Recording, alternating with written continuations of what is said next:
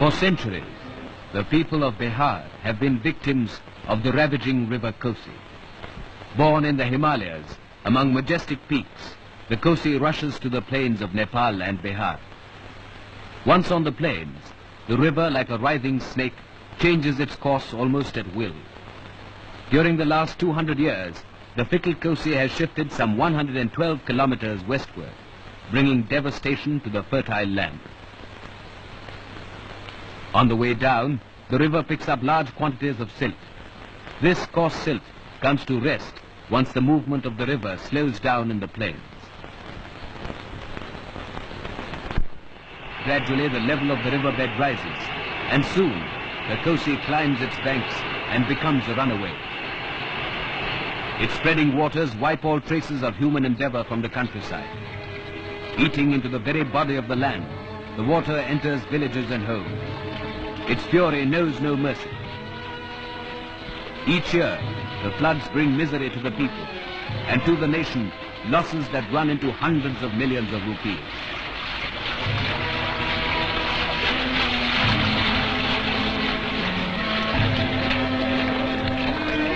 Communications are disrupted.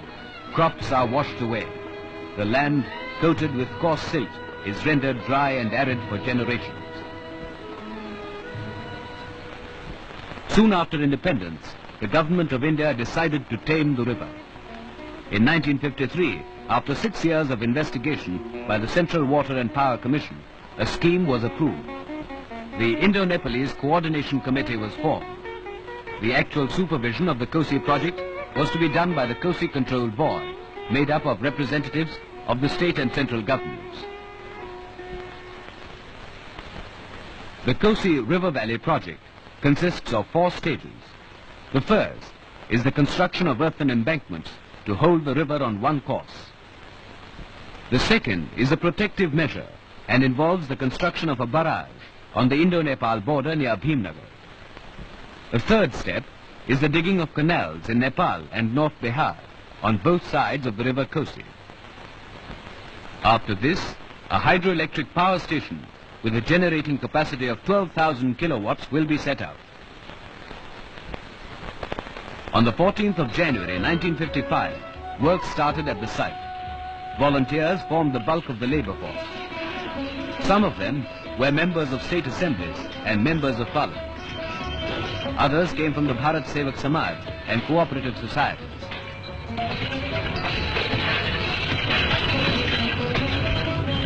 The National Cadet Corps and the Auxiliary Cadet Corps lent their help too.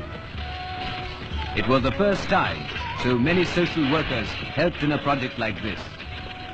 About 243 kilometers of embankments were completed, thus confining the Kosi to a breadth varying from about 4.8 to 16 kilometers.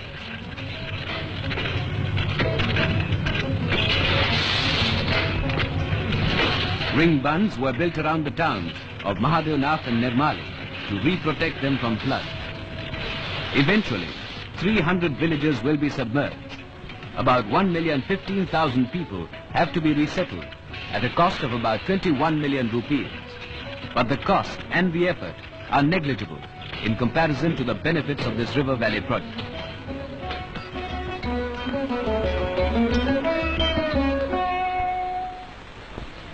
Beginning high up in the mountains, at about 5,490 meters, the Kosi is fed by melting glaciers and heavy rainfall. Draining an area of about 62,160 square kilometers, the Kosi is joined at Triveni by its 2 tributaries, Arun and Tamil.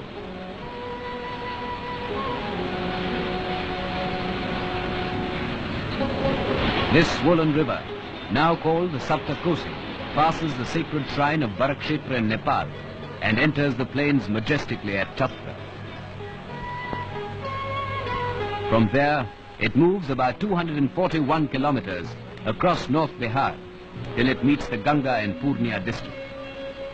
The Kosi, by flowing through Nepal and Bihar, links them and is the basis of the second stage of the Kosi project.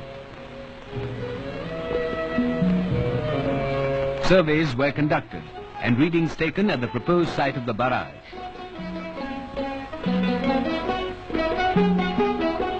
On the 30th of April 1959, the second stage began. His Majesty the King of Nepal laid the foundation for the barrage. Prime Minister Nehru was also present. The ceremony was another link in the chain of friendship between India and Nepal. For the thousands of people inhabiting the area, the occasion marked the beginning of better times. It meant not only the cementing of an old friendship between two countries, but also a closer contact between neighboring peoples.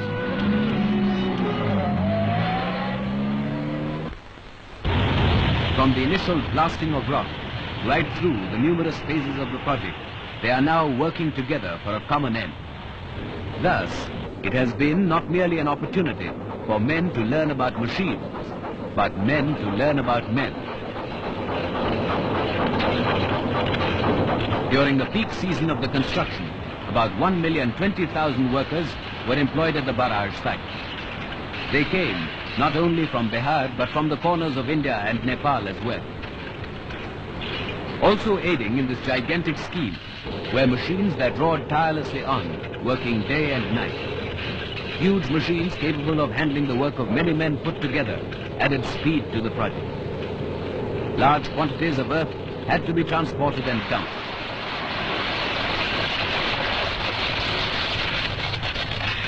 Some of those who had never been out of this hilly region learnt more than they had known before. And along with their knowledge, their standards of living rose too, for the construction of the barrage meant many new jobs. Steadily and with care, the plans were put into practice. Slowly but surely, progress has been made. A solid structure of reinforced concrete has arisen, a structure strong enough to withstand the ferocity of the river coast. On this barrage will rest the protection and safety of millions of people.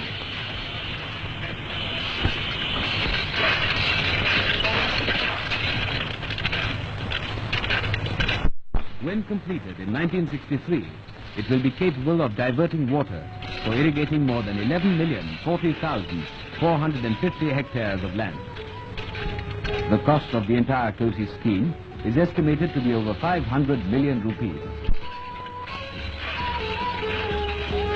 The construction of the barrage has brought with it a number of accompanying benefits. A colony has been built at Birpur to house Nepali and Indian workers.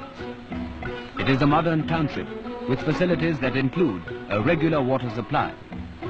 This supply of drinking water in a place known to suffer from intermittent drought is derived from newly dug tube wells. Hospitals too have been established. These are equipped and staffed by experienced doctors and nurses. There are schools, libraries and recreation centers for the residents of the area. There are playgrounds too, which provide space for healthy exercise for children as well as grown-ups. The third step, which consists of digging canals, is now well underway. In Bihar, these canals, including Chapra, will irrigate about 11,040,445 hectares of land in the northern districts of Bihar. The crop yield here will total to a value of 23.5 million rupees. Of all these benefits, the people of Nepal and India are well aware. They know too that with the setting up of the hydroelectric power station, the change will be radical. A wild, capricious river will have been tamed. Soon, the days when floods cake their fields with silt will be a memory in the past. The present gives but an inkling of a brighter future. The harvest will increase, the land will grow more fertile, and the river will be a herald of plenty. These bounties are but a fraction of the benefits they will reap when the entire Kosi River Valley project is complete. For the people of this region, the harnessing of the Kosi River will mean the end of a long and tragic drama.